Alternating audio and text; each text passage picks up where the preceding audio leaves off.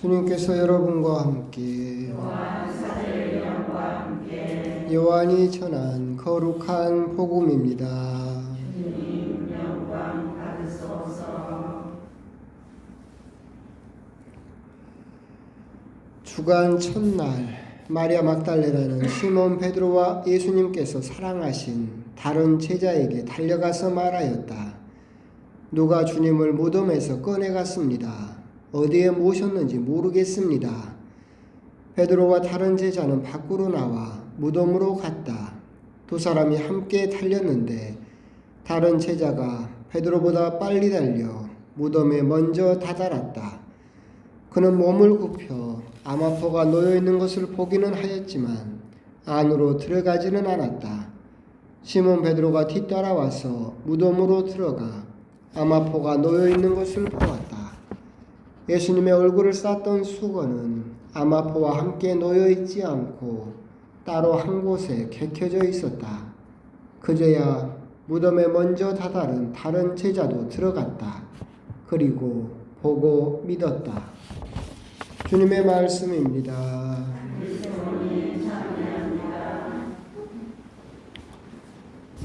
참 예수님. 연일 좋은 소식은 없고 성탄을 지났음에도 불구하고 우리나라는 점점 더 깝깝한 지경으로 가는 것 같습니다. 정치가 이러니까 환율은 계속 올라서 거의 1달러에 1,500원 수준까지 올라가고, 그러게 되면 물가는 또 우리나라는 거의 대부분 다 석유부터 다 수입을 하기 때문에 물가는 또 엄청나게 오르게 될 것이고, 국민들이 그렇게 죽어나는지는 모르고 자기 욕심만 채우는 그 사람들을 보면서 참 깝깝한 그런 연말이기도 하다라는 생각도 듭니다. 물론 하늘의 그물은 성긴 것처럼 보여도 그 아무도 벗어날 수 없다라고 했던 것처럼 시간이 지나면 그 사람들도 결국은 벌을 받게 될 것이고, 하지만 지금 당장은 참 깝깝하다라는 생각도 들기도 하고, 그래도 이제 어젠가 그 대전교구 시국미사 때 그 신부님이 그런 이야기 하셨잖아요. 지랄 발광을 하고 있다고. 참 통쾌한 말이기도 하고 딱 들어맞는 말이기도 하고. 근데 우리가 몰랐던 게 있었어요. 그 지랄 발광이 전염병인지는 몰랐잖아요. 이게 전염돼가지고 단체로 지랄 발광 중이잖아요.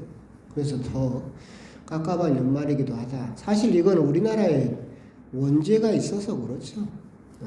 친일파를 정리를 못했고 그 사람들이 경찰과 검찰과 군대와 핵심 요직의 친일파의 후손들이 계속해서 있다 보니까 결국은 그때야 먹고 살기 바쁘다라고 해서 그냥 다 덮어버리고 갔던 것이 지금 이제 다 그 영향을 결국은 또 받고 있는 것이 아닐까. 그런 것에 대한 사실 우리가 생각을 해보면 근현대사에서 우리나라는 과거를 한 번도 정리하고 넘어간 적이 없어요. 친일파도 정리 못했고, 요순 사건도 정리 못했고, 4.3도 정리 못했고, 5.18도 정리를 못했고, 다 그냥 이태원도 그랬고, 그 다음에 진도에서 우리 아이들 생태같이 죽었던 그 아이들도 누가 왜 그렇게 됐는지에 대한 것을 한 번도 정리를 하지 못하고 그냥 덮기에 급급하면서 그냥 넘어가 버릇하다 보니까 그런 모든 것들이 또 똑같잖아요. 또 덮고 넘어가면 된다 라는 거, 한 번도 정리되는 것을 본 적이 없었기 때문에 아마도 이런 일이 계속해서 벌어지고 있는 것이 아닐까. 사실 이번 기회로 우리 국민들이 정말로 경제를 살리자, 윤리가 밥 먹여주냐, 그런 헛된 논리에 속지 말고 한 번은 이번 기회에 좀 그래도 정리를 하고 넘어가는 모습을, 감옥에 가고 그 사람들이 종신형을 당하고 처벌을 받는 그런 정리되는 모습을 우리 후손들에게 보여줘야만 우리나라가 그래도 조금 더 발전할 수 있지 않을까, 더 나은 모습이 될 수 있지 않을까. 언제까지 그렇게 덮고 넘어가기만 급급해서야 되겠는가, 그런 생각도 드는, 하여튼 여러분도 그렇고 저도 그렇고 보고 있으면 깝깝한 연말인 것 같습니다. 시간은 또 지나서 결국은 좋게 풀릴 거라고 생각을 합니다. 지금은 깝깝하지만 여러분도 생각을 해보십시오. 그 전두환 노태우 군사 독재 시대 때도 결국은 그 총칼을 든 전두환을 무너뜨린 것은 200만의 시민이었습니다. 민주화 시대에 그 경험을 했던 우리 대한민국에서 그 사람들은 아무리 지랄 발광을 해도 결국은 깨어있는 시민이 모이게 되면 그 어떤 것도 그 물결을 막을 수는 없을 것이다 라고 하는 것, 그런 것들은 또 우리가 가지고 있는 희망이지 않을까, 그런 생각도 들고 하여튼 그렇습니다. 이렇게 깝깝한 날이지만 오늘은 사도 요한의 축일입니다. 항상 이때 사도 요한의 축일을 지내죠. 사도 요한은 다른 말로는 사랑의 사도라고 불리는 분입니다. 제베데의 아들이었고 어부였었고 배와 아버지를 버리고 예수님을 따라갔던 유명한 성경의 말씀처럼 그렇게 예수님을 열심히 추종했던 사람이고, 그분은 요한복음 그리고 요한 1서, 2서, 3서 편지, 서간을 쓰셨고 요한 묵시록을 또한 쓰신 분이죠. 예수님께서 십자가에서 이분이 너의 어머니시다 라고 하면서 당신 어머니를 사도 요한에게 맡길 정도로 예수님께서 사랑하시는 제자였고, 사도 요한은 그래서 성모님을 모시고 야고보에서 그렇게 정교를 하다가 박해가 닥쳐서 잡혀서 파티모스 섬이라는 데로 유배를 갑니다. 귀양을 가는 거죠. 거기에서 환시를 받고 인내로서 생명을 얻어라 라고 하는 요한 묵시록을 적게 되고 다시 에페소로 돌아와서 거기에서 순교는 아니고 선종하신 걸로 그렇게 기록되어 있고, 사도들 중에서는 순교가 아닌 가장 길게 오래 사셨던 분으로서 기록이 되죠.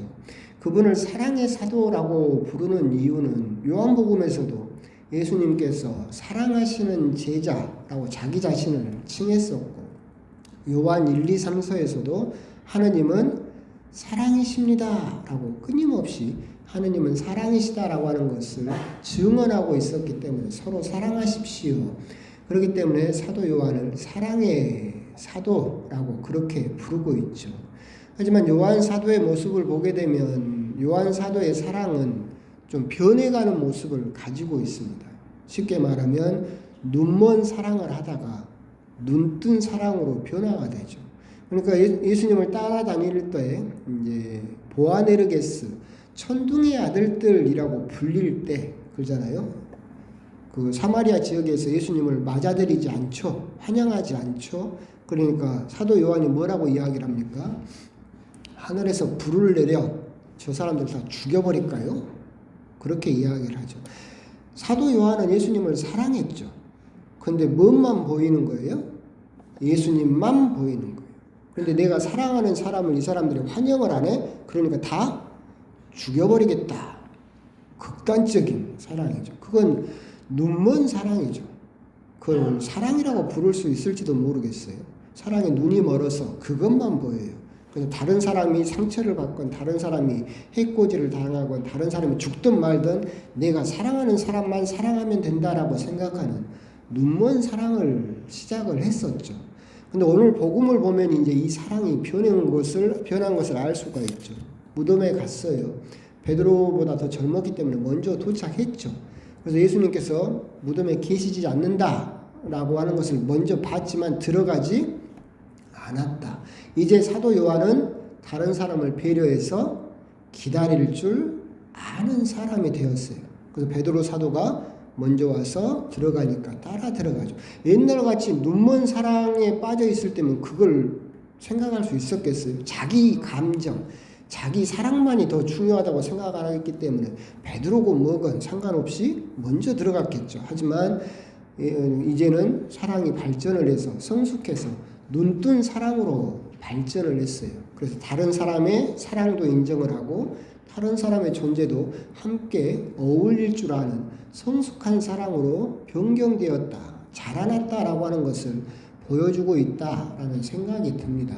결국 이런 부분에서 우리가 생각할 수 있는 것은 우리들은 사랑이라고 하면 무조건 좋은 것이라고 생각을 하겠지만 아까 말씀드린 바와 같이 눈먼 사랑이 있고 눈뜬 사랑도 있어요. 근데 그것도 우리가 사랑이라고 부르죠. 근데 옛날에 말씀드린 것처럼 사랑은 어디에서 나온 말이라고 했어요? 이 살에서 나왔어요. 그래서 살다. 그래서 진정한 사랑은 뭐냐면 그 사람을 살게 해주는 게 진짜 사랑이에요. 근데 이 사람이 죽을 맛이에요. 죽을 팍팍 끓이면 정말 아무 맛도 안 나, 생명이 느껴지지 않는 맛이라고 그랬잖아요. 내가 저 사람만 만나면 죽을 맛이에요. 죽겠어요. 그러면 그건 사랑이 아니죠. 그것은 욕망일 뿐이에요. 그러니까 우리들은 사랑과 욕망을 착각하는 경우가 많이 있는데, 그 철학자들이 이야기할 때 욕망은 뭐냐면 소비를 원해요. 그러니까 소비를 원한다는 말은 뭐냐면 저 사람을 갉아먹음으로써 충족되는 게 욕망이에요. 우리 여러분들이 생각하는 욕망도 다 그렇죠. 뭘 갖고 싶다, 뭘 먹고 싶다 하는 것들은 다 뭐예요? 그 대상이 없어짐으로써 내가 충족이 되는 거죠. 그런데 우리들은 그걸 사랑이라고 착각하는 경우가 많이 있어요. 그래서 저 사람을 내가 소비해버리죠. 그래서 그 사람을 갉아먹고 내가 충족되는 거, 그것을 소유욕 같은 거, 그런 것들을 사랑이라고 착각하는 경우가 많이 있는데 그것은 욕망일 뿐이지 사랑이라고 부를 수는 없다. 진정한 사랑은 뭐냐면 그 사람이 나로 인해서 살맛이 나는 거, 그 사람이 나로 인해서 살아갈 힘을 얻는 거, 그것을 진정한 사랑이라고 부를 수 있다. 나를 통해서 그 사람이 죽을 맛을 느낀다라고 한다면 그건 사랑이라고 부를 수가 없겠죠. 그런 부분에서 우리들은 참 안타까운 부분도 많이 봐요. 그 서울에서 지금 현안을 이야기 안 할 수는 없겠지만 태극기 부대라든가 거기에 있는 보수 개신교 세력이 굉장히 많이 관여를 하거든요. 인력 동원을, 개신교 신자들을 굉장히 많이 동원을 하는데 거기에 불려가는 개신교 신자들은 예수님을 사랑할까요? 사랑하지 않을까요? 그 사람들은 사랑한다고 대답할 거예요. 근데 그 사람들은 태극기를 흔들면서 정광훈이 같은 사람들이 그러잖아요. 예수님을 사랑한다고 그러겠지. 그런데 누가 죽어요? 예수님이 죽어요. 개독이라고 부르죠. 예수님이 요거도 먹어요. 예수님이 오히려 더 안 좋게 받아들여지고 있죠. 그건 진정한 사랑이라고 부를 수가 없어요.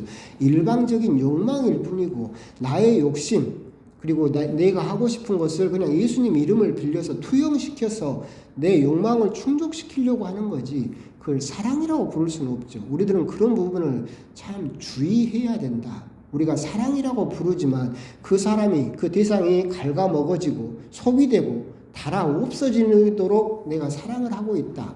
죽을 맛이 나는 것을 욕망이죠. 하면서 결국은 사랑이라고 외쳐봤자 그것은 결코 사랑이 될 수 없다라고 하는 점, 그런 점을 우리가 생각해 볼 수 있을 것 같습니다. 오늘 사도 요한의 아까 말씀처럼 사도 요한도 제일 처음에는 그런 사랑으로 시작했죠.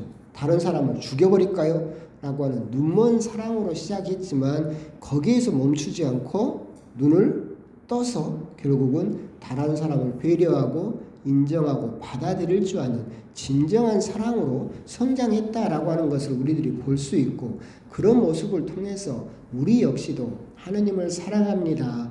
예수님을 사랑합니다.